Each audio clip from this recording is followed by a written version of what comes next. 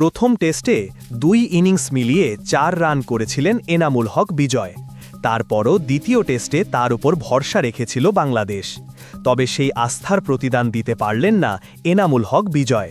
0 রানে জীবন পেয়েও রানের খাতা খুলতে পারেননি তিনি।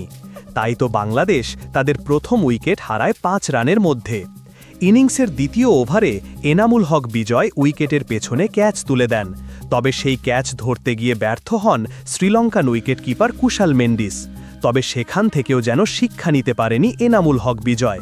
0 রানে বেঁচে গিয়ে এরপর রীতিমতো হয়েছেন বোল্ড। আশিথা ফার্নান্দোর করা ডেলিভারিতে এনামুল হক বিজয় কি করতে চেয়েছিলেন তিনি নিজেই ভালো জানেন। ব্যাটে বলে ঠিকভাবে করতে পারেননি। বল ব্যাটে লেগে স্টাম্পে গিয়ে আঘাত করে। তাতে এনামুল হক বিজয়কে ফিরতে হয় 0 রানে।